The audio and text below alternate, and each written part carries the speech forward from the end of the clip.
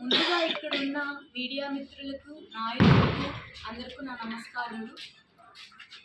నెల్లూరు జిల్లా కోవూరు నియోజకవర్గం గుమ్మల దిబ్బ 14 ఏళ్ల మైనర్ బాలికపై అత్యాచారం జరిగి 6 రోజులుగా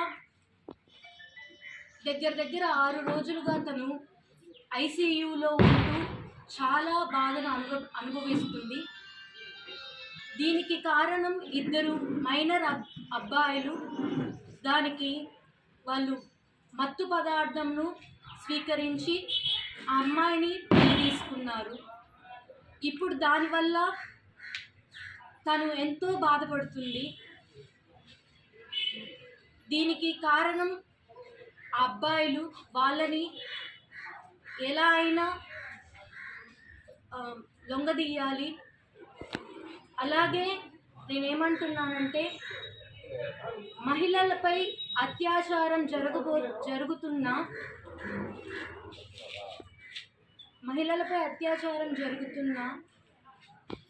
ఇంకా మన కూటమి ప్రభుత్వం, ఎమ్మెల్యేలు, మరి ముఖ్యంగా మహిళా ముఖ్యమంత్రి ఉన్నప్పటికీ ఇలాంటివి జరుగుతున్నాయంటే చాలా దారుణం. చాలా కాకాని పూజిత గారిని నోటీస్ పంపించడం అనేది జరిగింది.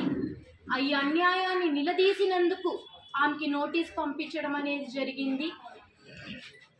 ఈ విషయంపై మహిళా ఎస్పీ గారిని బాగా ఆలోచించి నిర్ణయం తీసుకోవాల్సిందిగా కోరుచున్నాను.